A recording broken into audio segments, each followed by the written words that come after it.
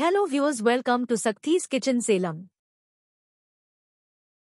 இப்பொழுது கிராமத்து ஸ்டைலில் பொட்டுக்கடலை சட்னி அரைக்கிறது எப்படின்னு நான் சொல்லித்தர போகிறேன்.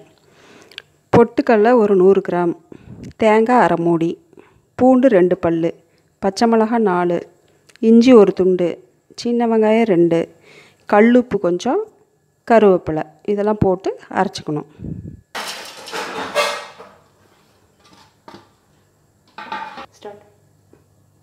இதெல்லாம் மிக்சியில் போட்டு கொஞ்சோண்டு தண்ணி விட்டு அரைச்சிக்கணும்.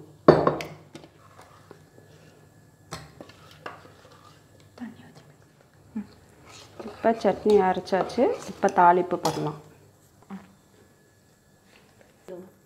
இப்போ தாளிப்புக்கு கரண்டி வச்சாச்சு, தாளிச்சிடலாம் சட்னியை.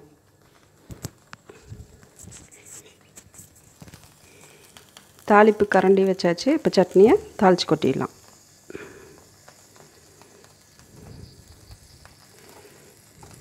கடலெண்ணெய் கொஞ்சம் ஊற்றணும். கடலை காஞ்சதும்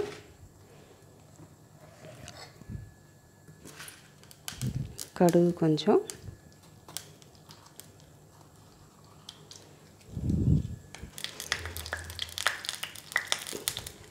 கடுகு வெடித்ததும்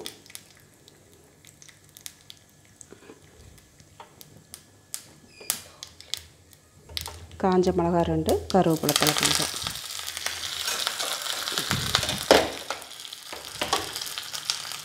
தாளிப்பை சட்னியில் ஊற்றிடணும்.